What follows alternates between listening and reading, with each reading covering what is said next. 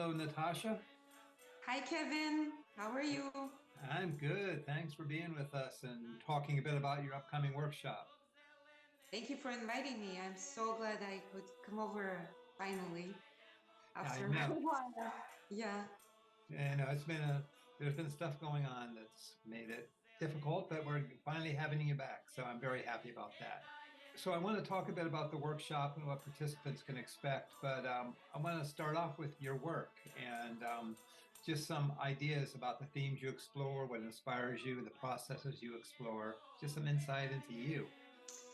right. So, as an artist, I find inspirations in the world around me and also in my personal life.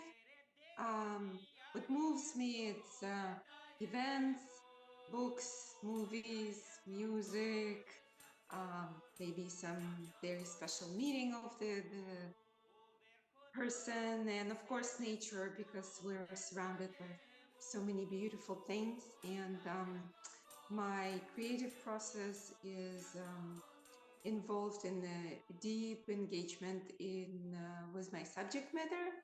And I like to develop my ideas um, in my head first, and then I might take like long walks or bike rides to contemplate and reflect about it and think what is the best way to bring it to life.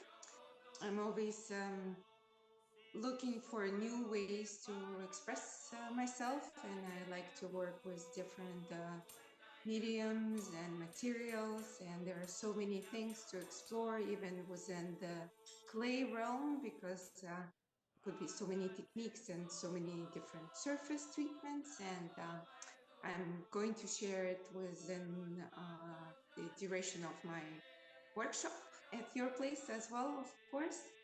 And my work is also very narrative. I use the stories and I challenge assumptions, and I hope I inspire others to see the world in a new life. So I work in a very traditional process because I've been trained back in Kiev, Ukraine, and also in St. Petersburg, where the education was very strict. And what I'm doing right now, I probably would have been kicked out from the school. So, but I still appreciate the skills that they gave me there in the school. So when I start, as I mentioned, with an idea, and then I develop it in my sketchbook, and then until I'm very excited about completing it in the three-dimensional form, I do a smaller version, a maquette, and then it's a smaller version of a sculpture, so I could actually see which direction I need to sculpt my final piece, the larger piece, and then I complete the larger piece. And I'll be showing those things as well, my creative process and my concept development, because we will be also doing some maybe a little bit drawings, but of course it's as the participant wish. Sometimes people just love to dive in directly into touching the clay, and I don't blame them, because once you touch it, you're completely in love, and there's no way back.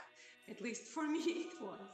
Um, so I work in series also, and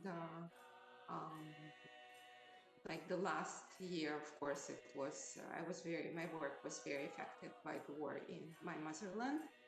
So I created so many works which were reflecting what's going on over there. And before, we lived in a pandemic, so I've been creating works which were related how humanity, what we're going through. Well, your approach to clay is a little different because of your academic background, and basically you trained under the Soviet Union. Yes.